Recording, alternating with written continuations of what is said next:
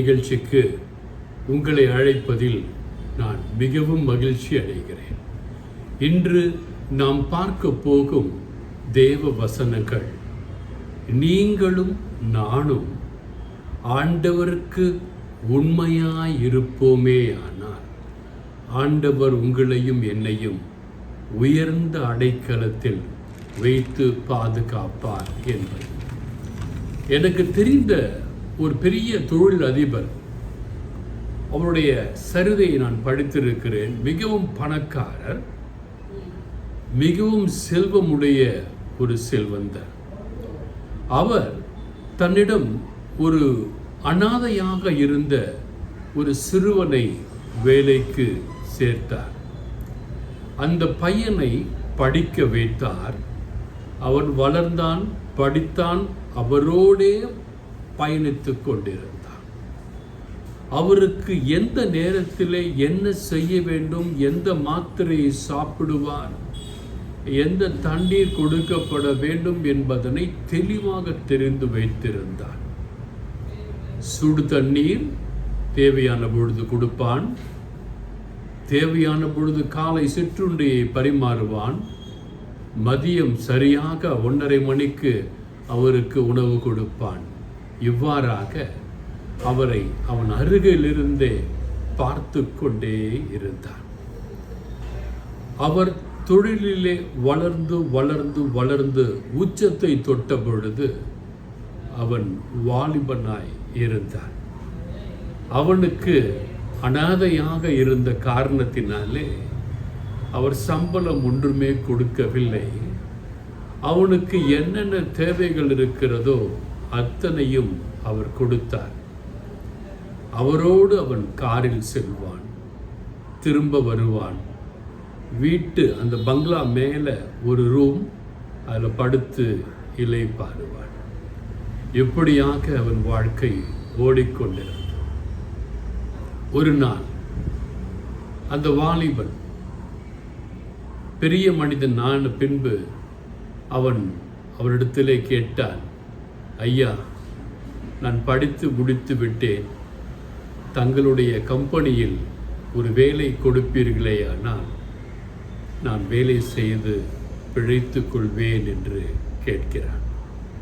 அவர் சொல்கிறார், உன்னை எப்பொழுது நான் கண்டுபிடித்தேனோ அன்றையிலிருந்தே என்னோடு தான் வேலை செய்து கொண்டிருக்கிறாய்.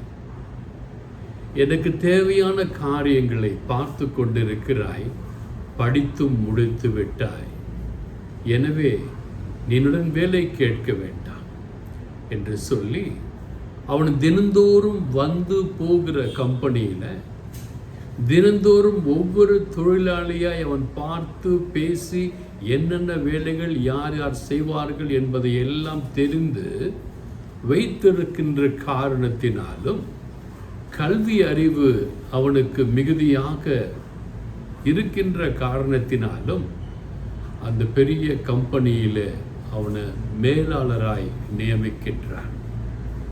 அப்பொழுது எல்லாரும் சொல்கிறாங்க, அனாத பையன், அவனை போய் மேலாளராக ஜெனரல் மேனேஜரை போட்டுட்டாரு, நாங்கள் இத்தனை வருஷமாக நாங்கள் வேலை செய்கிறோமே என்று சொல்லி ஒரு புலம்பல் அங்கே எழுகிறது. அப்பொழுது அவர், அந்த முதலாளி, இவ்வாறு புலம்புகிற எல்லாரையும் அழைத்து அமர வைத்து, எனக்கு காலையிலிருந்து மாலை வரை என்னென்ன தேவை இருக்கின்றது என்று யாராவது சொல்ல முடியுமா என்று கேட்ட பொழுது ஒரு 5 பேர் எழுந்தார்கள், சொன்னார்கள். எதுவுமே சரியில்லாமல் இருந்தது. இந்த வாலிபனை அழைத்தார். எனக்கு என்னென்ன தேவைகள் இருக்கிறது காலையிலிருந்து இரவு வரை என்று சொல் என்று சொன்ன பொழுது அவன் அவரோடே பயணித்த காரணத்தினாலே காலை எழுந்து அவர் தன் பல்லை துலக்குவது முதல் இரவு படுக்க செல்லும் முன்பு அவர் வேதத்தை படித்து ஆண்டவரை சுதித்து முழங்கால் படியிட்டு ஜெபிக்கும் வரை சரியாக சொன்னான். அப்பொழுது அவர்களை பார்த்து கேட்டார், நீங்களே சொல்லுங்கள், உங்களில் யாருக்கு நான் இந்த பொது மேலாளர் பதவியை கொடுப்பது என்று கேட்டார். எல்லோரும் ஒருமித்து ஒரே குரலாய் அந்த வாலிபன் அலெக்சாண்டர் பெயரை சொன்னார்கள். அவனுக்கு அந்த வேலை கொடுக்கப்பட்டது. எனக்கு பிரியமான என் அன்பு தேவ பிள்ளைகளே, சங்கீதம் 91:14 பார்க்கும் பொழுது வேதமும் இப்படித்தான் சொல்லுகிறது. சங்கீதம் 91:14, அவன் என்னிடத்தில் வாஞ்சையாய் இருக்கிறபடியால். சங்கீதக்காரன் சொல்லுகிறான், அவன் என்னிடத்தில் வாஞ்சையாய் இருக்கிறபடியால் அவனை விடுவிப்பேன். இங்கு பார்க்கும் பொழுது இந்த ஏழை வாலிபன் அந்த முதலாளியின் மீது வாஞ்சையாக இருந்தார். அவரை தன் கண்ணின் கருமணி போல பார்த்து கொண்டே இருந்தார். அவருடைய தேவைகளை எல்லாம் ஏற்ற காலத்திலே ஏற்ற வேளையிலே செய்து கொண்டிருந்தார். எனவே அந்த முதலாளி அடிமை என்கிற அந்த ஸ்தானத்தில் இருந்து அவனை விடுவித்து பொது மேலாளர் என்கிற ஒரு உயர்ந்த பதவியை கொடுத்தார். என் நாமத்தை அவன் அறிந்திருக்கிறபடியால் அவனை உயர்ந்த அடைக்கலத்தில் வைப்பேன் என்று சங்கீதம் 91:14 சொல்கிறது. இங்கு இவன் இந்த முதலாளியின் நாமத்தை, முதலாளி செய்கிற ஒவ்வொரு காரியத்தையும் துல்லியமாக அறிந்திருக்கின்ற காரணத்தினாலே இந்த முதலாளி அவனை உயர்ந்த இடத்திலே வைத்து அழகு பார்த்தார். இந்த உண்மை நிகழ்வின் கருத்துருவை பார்க்கும் பொழுது நீங்களும் நானும் கூட அருளாளர் இயேசுவோடு காலையிலிருந்து இரவு வரை ஒன்றித்து வாசம் செய்வோமேயானால் நாம் செய்கின்ற அனைத்து வேலைகளையும் கர்த்தருக்கு ஒப்பு கொடுத்து, ஆண்டவரே நீரே என் தெய்வம், நீரே என் இரட்சகர், பார்த்து கொள்ளும் ஆண்டவரே என்று ஒப்பு கொடுத்து உங்கள் காரியங்களை செவ்வனே செய்வீர்களேயாகில் ஆண்டவர் நிச்சயமாக உங்களை உயர்ந்த ஸ்தானத்திலே அமர வைத்து அழகு பார்ப்பார். நீங்கள் கடனிலே அடிமையாய் இருக்கிறீர்களா? கஷ்டத்தினால் அடிமையாய் இருக்கிறீர்களா? நோயினால் அடிமையாய் இருக்கிறீர்களா? என்னால் முடியவில்லை ஆண்டவரே, எனக்கு வேலை கிடைக்கவில்லை, நான் வேலை தேடிக்கொண்டே இருக்கிறேன் என்று கதறுகிறீர்களா? என்ன உங்கள் துக்கம்? உங்கள் துக்கத்தை என் அருள்நாதர் இயேசுவின் பாதத்திலே ஒப்பு கொடுத்துதான் பாருங்களேன். அருள்நாதர் இயேசு செய்ய போகின்ற அதிசயத்தை யோசித்துதான் பாருங்களேன். இந்த வாலிபன் அவனுக்கு யாருமே இல்லாத காரணத்தினால் அவன் முழுதுமாய் அந்த முதலாளியை நம்பினான்.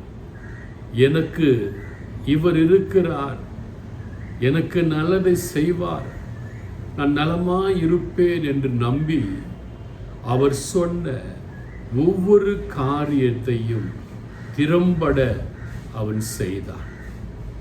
எனக்கு பிரியமான என் அன்பு சகோதரனே, சகோதரியே, நீயும் நானும் கூட ஆண்டவராகிய இயேசு கிறிஸ்து சொல்லுகின்ற ஒவ்வொரு காரியத்தையும் அவர் பேச்சை கேட்டு நாம் செய்வோமே ஆகில், இதுவரை நீங்கள் எப்படி வாழ்ந்தீர்களோ அதை மறந்து விடுங்கள். இனி அதை பற்றி நினைக்காதீர்கள். கார் ஓட்டும் பொழுது ஃப்ரண்ட்டில் தான் பார்க்கணும். பேக் மிரர், 2 மிரர் சைடில் இருக்கும், அதையே பார்த்துக்கிட்டு இருந்தீங்கன்னா பின்னால் வர்றது தெரியும், முன்னால் ஆக்சிடென்ட் ஆகிடும். உங்கள் வாழ்க்கையிலும் கூட நீங்கள் கடந்து வந்த பாதைகளை பார்க்காதீர்கள்.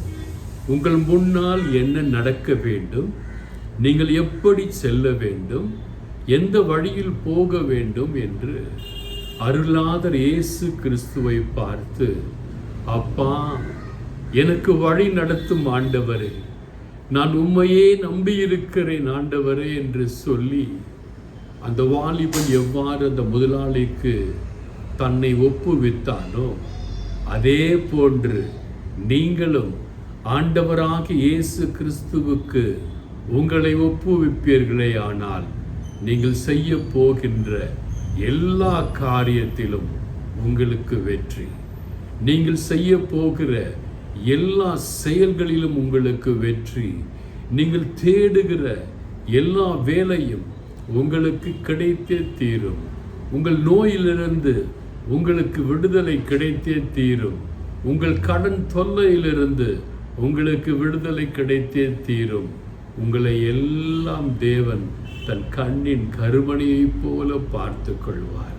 நீங்கள்லாம் நல்லா இருக்கணும்னு ஆண்டவர் சொல்லி உங்களையும் என்னையும் இந்த சங்கீதம் 91:14 கொடுக்கப்பட்டுள்ள வாக்கு தத்தத்தின் நிமித்தம் உயர்ந்த ஸ்தானத்திலே உங்களையும் என்னையும் வைத்து அழகு பார்க்க விரும்புகிறார்.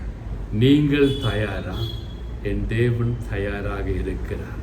ஜெபம் செய்வோம். அன்பின் பரலோக பிதாவே, இந்த செய்திகளை கேட்டுக்கொண்டிருக்கிற ஒவ்வொரு மனிதனையும் மனுஷியும் ஆண்டவரே கண்ணோக்கி பாரும் ஆண்டவரே.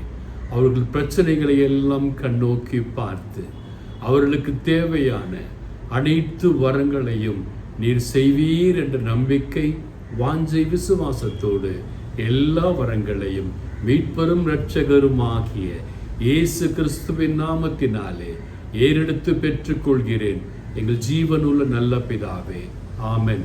நீங்கள்லாம் நல்லா இருப்பீங்க, உங்கள் குடும்பம் நல்லா இருக்கும், உங்கள் பிள்ளைகள் நல்லா இருப்பாங்க. God bless you all.